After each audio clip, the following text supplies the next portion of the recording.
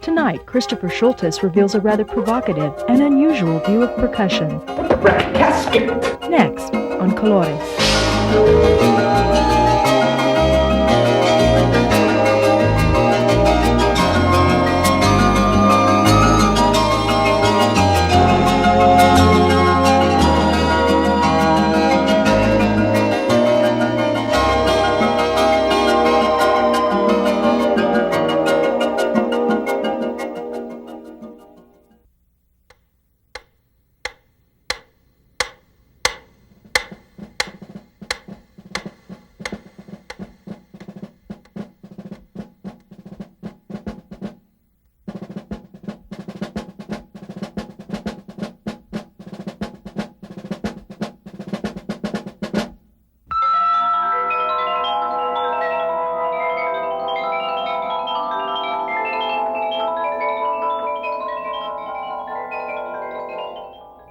Baked potato?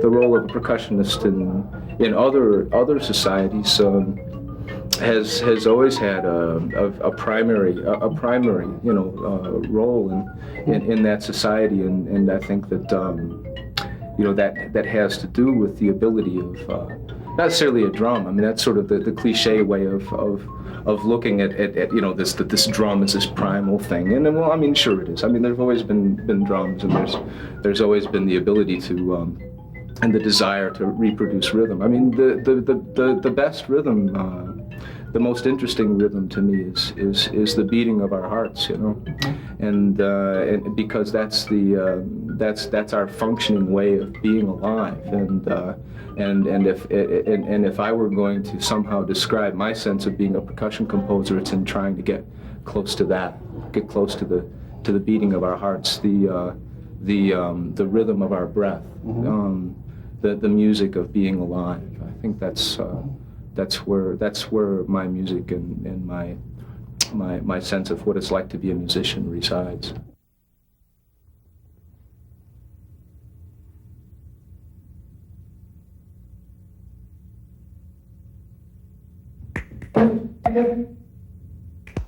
Oh, so possessed.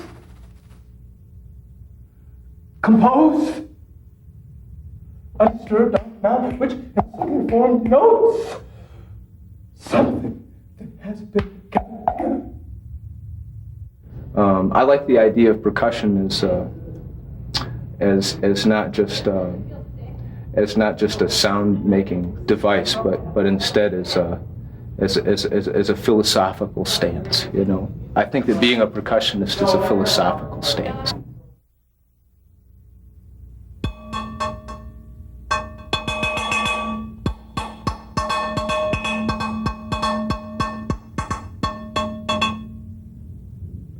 Why this roundness?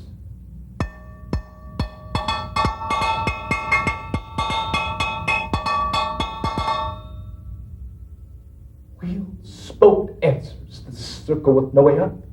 All white bone heat alone breaking to bright foaming rhythmic rushes. And I think that the boundaries are awfully strict considering the times we live in, right? I mean, you could even question whether this is music if you wanted to, I suppose. Cage, using him as an example, said that no matter what he wrote, he considered himself to be a percussion composer, and I suppose I would say that's true with me too. I'm working with time. I think percussionists, all musicians work with time. Percussionists don't always think in terms of time in the same way maybe as other instrumentalists do. And one thing that I think that we could all share is the experience of being a percussionist, you know? Separately quiescent. And I think that if we paid attention to, if we paid more attention to the physical act of being alive, that we'd all be percussionists.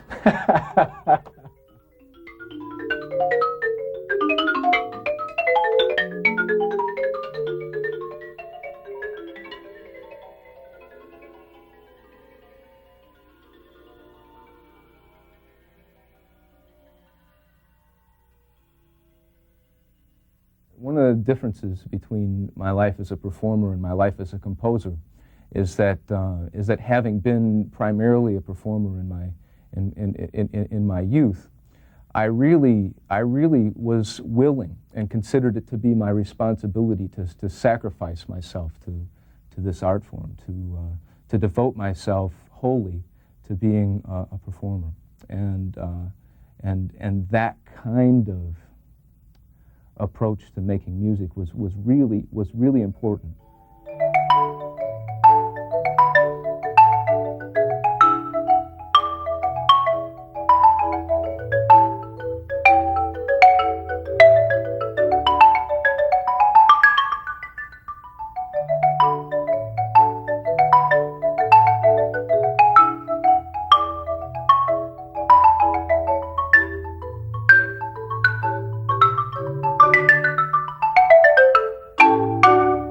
When I made this rash decision to just jump into being a percussionist and devoting myself to the life of a performer, I mean, I was 18, 19 years old, like most musicians are. I mean, it happens very young, and the question of whether or not that was the appropriate thing to do was never an issue, right? I mean, I just did it. It worked, and so off we went. My primary consideration for anything what had to do with enjoying the experience of being alive.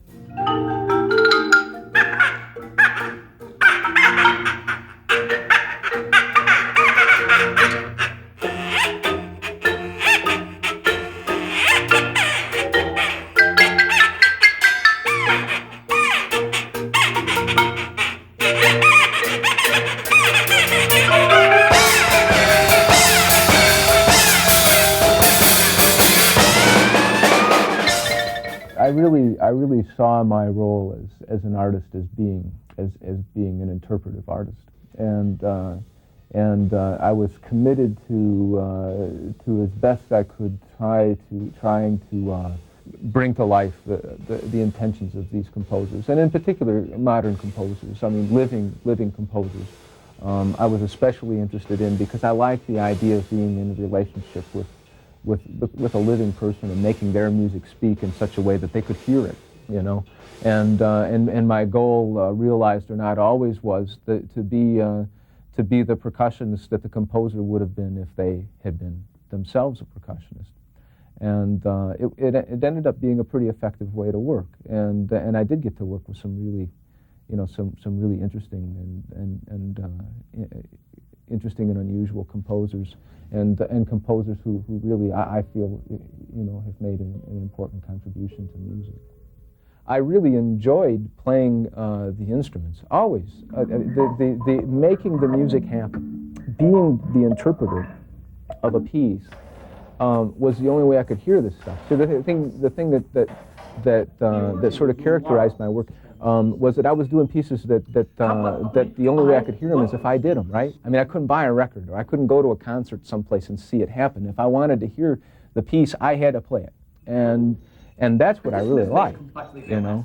I mean, getting on the stage was my obligation, right? I mean, but actually the music, the purpose for making the music for me was always what was happening in here. That's not really unlike being a composer. I just wasn't writing my own stuff. I wanted to hear what other people had written. It's great stuff done. Whacking, grabbing. Well, in 1988, when I was working on a retrospective of John Cage's music, I began having sharp pains in my right hand that eventually, over a slow and lengthy process, made it difficult to impossible to use my right hand, and for a period of some years, I was completely inactive as a professional performer. I also had this voice in me that had been able to speak abstractly through other people's music that couldn't get out anymore, and so something had to happen. Initially, composition just became a way for me to continue performing. That's the one thing that I can mention is that I began writing pieces that I could still play. And one of the things that sort of makes an interesting transition is the fact that as I can play less and less, the pieces become less and less involved with what you might call traditional kinds of percussion performance.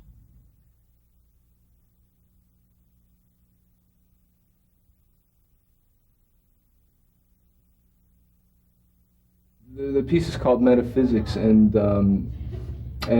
basically I wrote it in the summer at sort of a response to a feeling I had about how technology was making it difficult well, it wasn't making it difficult, it was altering our ability to perceive reality, in that, for example, in this piece, at certain points you can't tell the difference between a recorded voice and my spoken voice, and I thought that that had something to do with what it's like to be alive in an environment where technology is so pervasive you can't really find yourself.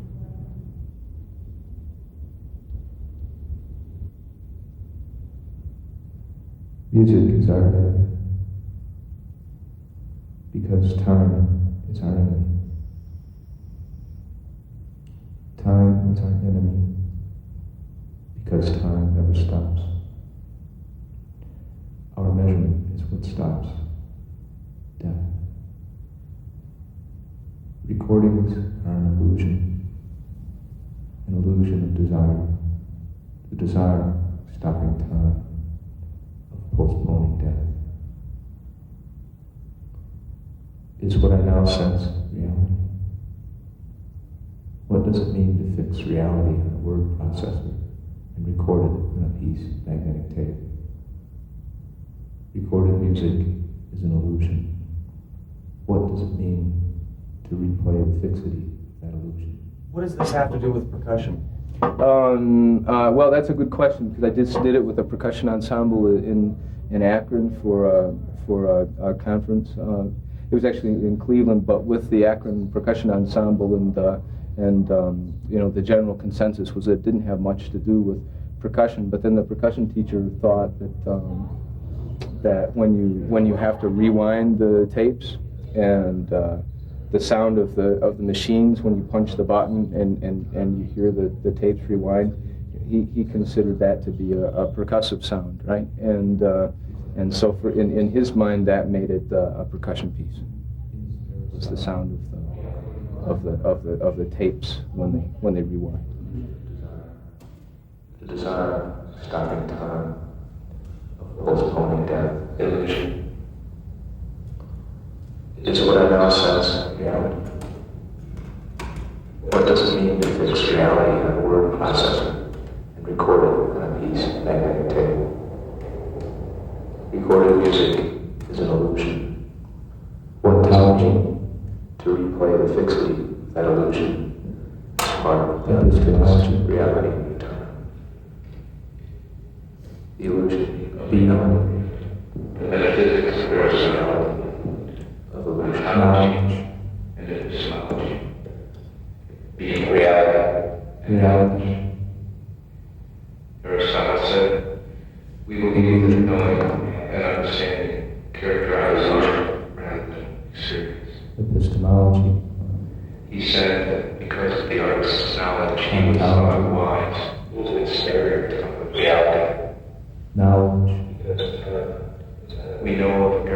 it's not illusion because I already being because it was recorded. Illusion because time is recorded now. It's pure time to ephemeral experience. The point is that it gets sort of in a place where it's hard to find your real voice in it, and when I'm doing it, that's ultimately it puts me in that place where I can't find it. And maybe that means then that the reality is the technology, and that's sort of what happens in this piece. Is that it's not really like a critique of technology. It's instead maybe just a way of getting at what technology does to the way we experience things, and so the idea maybe just documents my own confusion.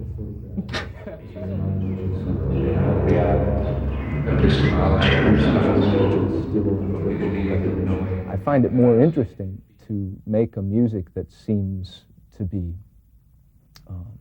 a part of life than to make a music that somehow takes you away from it, and I think that can be confusing for a public who really has the expectation that music is a frill, that music is meant to entertain you, that art in general is meant to be something that you do to get away from the cares of your world.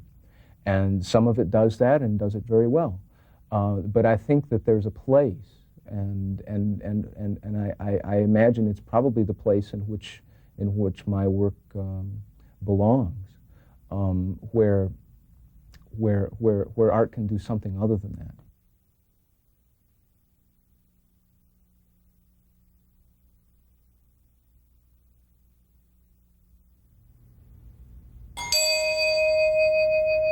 I consider that the music I write has a different purpose than most of the music I played.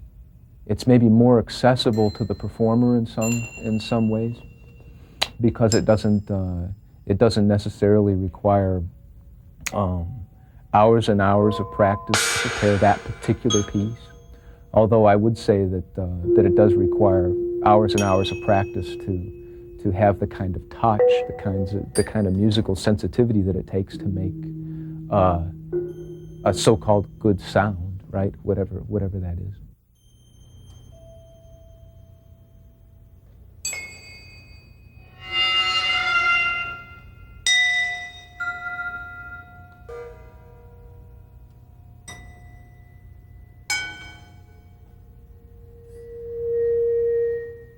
One of the things that I think that my music does require, that does take a lot of preparation and a lot of thought, is the ability to make very fine distinctions in sounds, to have as broad a palette as possible.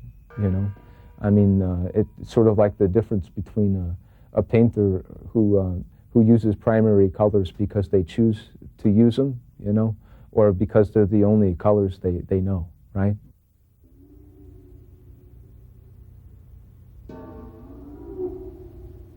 I like working with performers who have a broad palette of colors available. That doesn't mean it's the only performers that could play my music. Actually, you know, just about anybody could play it.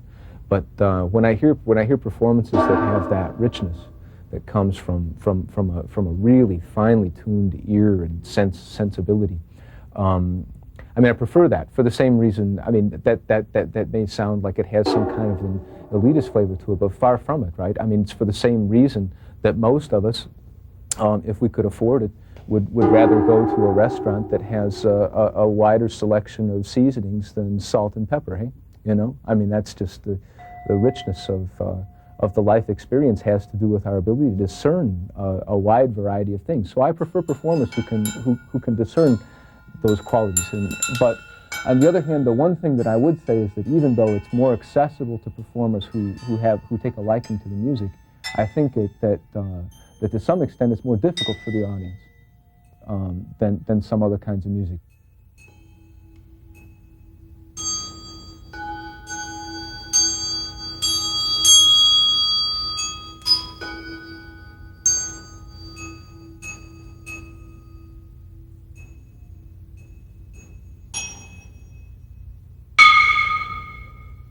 I don't think that it's my calling in life to make music that the audience wants to hear. I mean, I think that it's great to do that, and I don't want to seem like the kind of person who's like has a disdain for the audience in any sense. No, I mean, far from it. I mean, I enjoy having an audience come to hear what I do as a performer, or as a composer, or both in many cases. But I don't think that it's the reason that I do what I do, and I don't know what the reason is either. But I don't think that it's my role to please an audience, to make an audience feel better when they leave. I don't think that it's my role to entertain someone and to help them to somehow soothe themselves out of the life experience.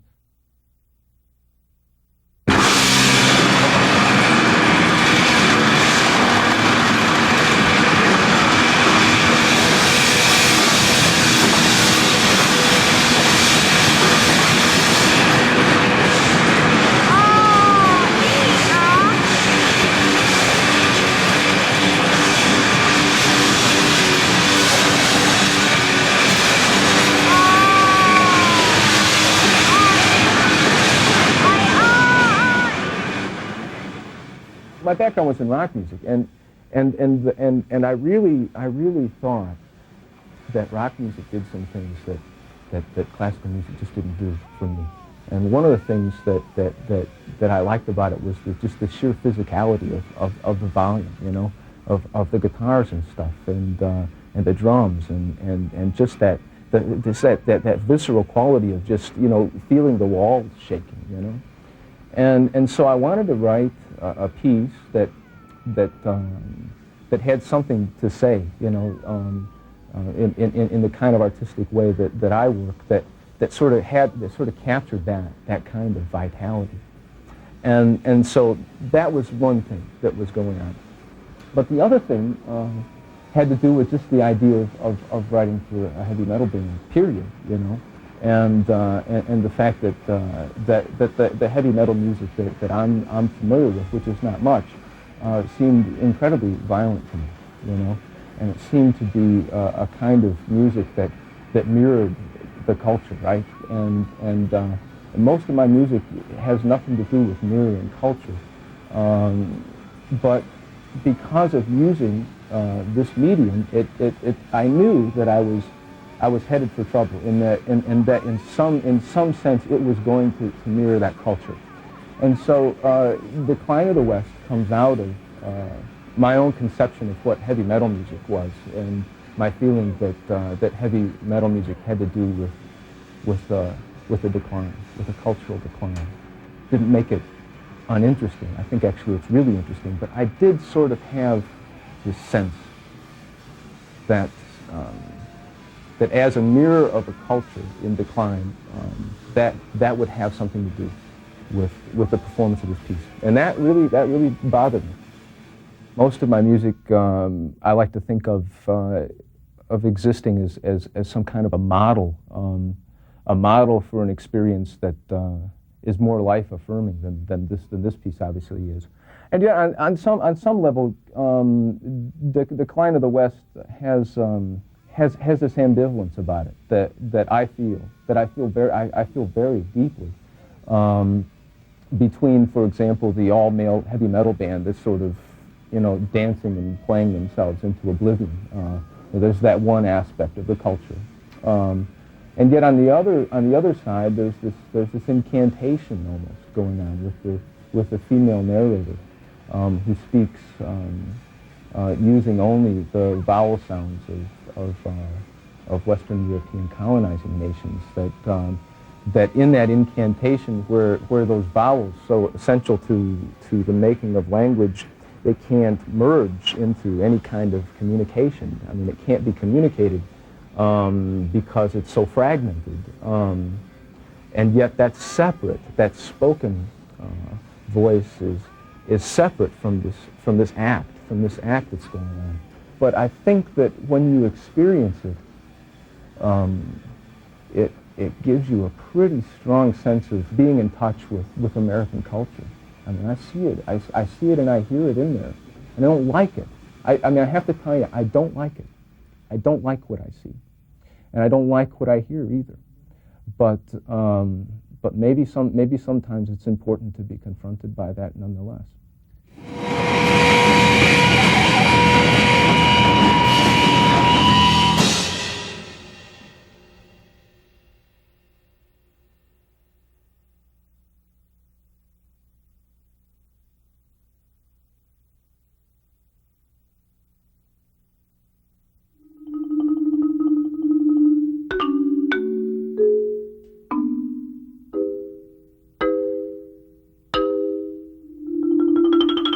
I think that things are changing.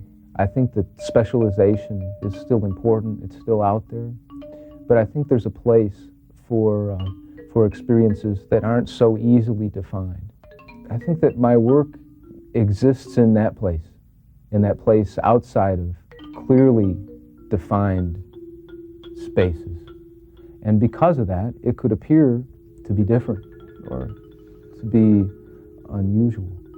I think that we live in a world that's outgrown the ability to confine ourselves in that way. I don't think our lives work that way, and I think that if my work isn't easily pigeonholed, it's because I really am very impressed with the complexity of life. I mean, very impressed with that. And as I told a composer at a composers conference a month ago, I find life immensely more interesting than most of the music I hear. It doesn't mean that I enjoy all of it, of life. It doesn't mean that I enjoy all of the music I write either. Obviously, the art experience is its own experience, and it's hard to know at what point art leaves off and life begins unless you've decided that they're the same, you know.